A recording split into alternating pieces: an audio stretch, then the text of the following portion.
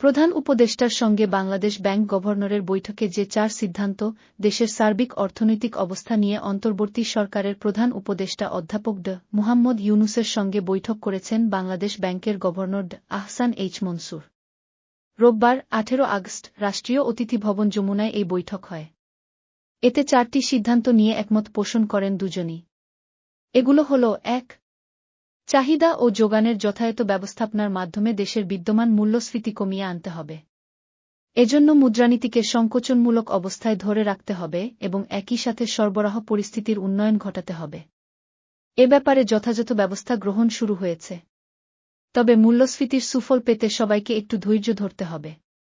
২. বৈদেশিক মুদ্রা বাজারে তারল্য বাড়ানোর উদ্যোগ নেওয়া হয়েছে।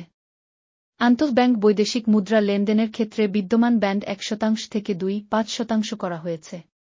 ৩.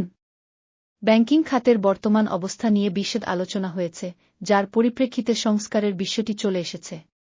ব্যাংকিং খাতে টেকসই সংস্কার করতে একটি ব্যাংকিং কমিশন গঠন করে দ্রুত কার্যক্রম শুরু করা হবে। ৪. আর্থিক খাতের সার্বিক পরিস্থিতি এবং সংস্কারের বিষয়ে একটি রূপকল্প তৈরি করা হবে, যা অন্তর্বর্তীকালীন সরকার গঠিত হওয়ার ১০০ দিনের মধ্যে প্রকাশ করা হবে।